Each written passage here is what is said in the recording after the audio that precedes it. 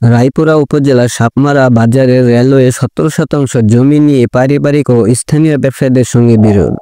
সাদ্দামউদ্দিন রাজ রসসিন্দি জেলা প্রতিনিধির পাঠানো তথ্য ভিডিও নিয়ে প্রতিবেদনে দেখুন বিস্তারিত।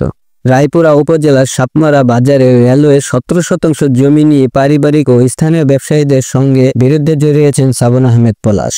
ছোট ভাই দন্ত চিকিৎসক সবুজ মিয়া, চাচা প্রবাস ফেরত রফিকুল ইসলাম সহ বাজারের অন্য ব্যবসায়ীদের দখলে থাকা জমি নিজে দাবি করে আসলেও বাস্তবে তার দখলে জমি নেই জানান ভুক্তভোগীরা। এক সংবাদ সম্মেলনে সাবন আহমেদ পলাশ দাবি করেন ওই জমি রেলওয়ের কাছ থেকে ইজারা নিয়ে নেন। দন্ত চিকিৎসক সবুজ মিয়া জানান তার দখলে থাকা দোকান ও জমি নিজে দাবি করে আছে পলাশ। এতে তিনি বিবৃত ও হয়রানির শিকার হচ্ছেন। ভাতিজা পলাশের উচ্ছেদ হুমকি ও আগ্রাসন থেকে মুক্তি চান রফিকুল ইসলাম। স্থানীয়দের অভিযোগ, দীর্ঘদিন ধরে ওই জমিতে তারা ব্যবসা পরিচালনা করে আসছেন। প্রকৃত দখলদারদের নামে যেন রেল কর্তৃপক্ষ ইজারা দেয়, এমনটাই দাবি জানান তারা।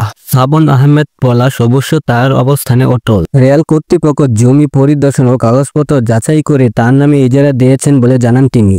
এই নিয়ে এলাকায় তৈরি হয়েছে উত্তেজনা ও বিভ্রান্তি। বিষয়টি রেলওয়ে কর্তৃপক্ষ এবং স্থানীয় প্রশাসনের সুস্পষ্ট অবস্থান চান ভুক্তভোগীরা।